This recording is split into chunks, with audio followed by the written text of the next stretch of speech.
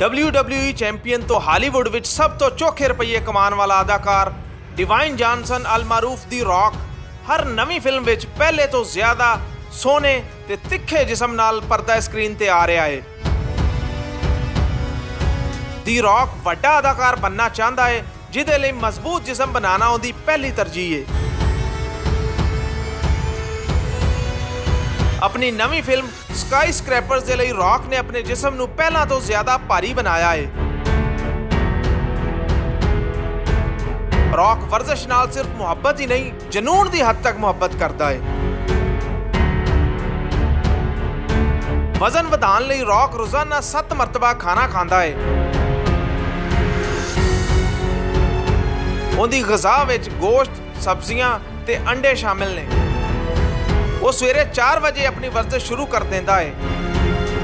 नाश्ता करने तो बाद भी 1.5 घंटे तक वो वर्जिश करके अपने दिन की शुरुआत करने पसंद करता है।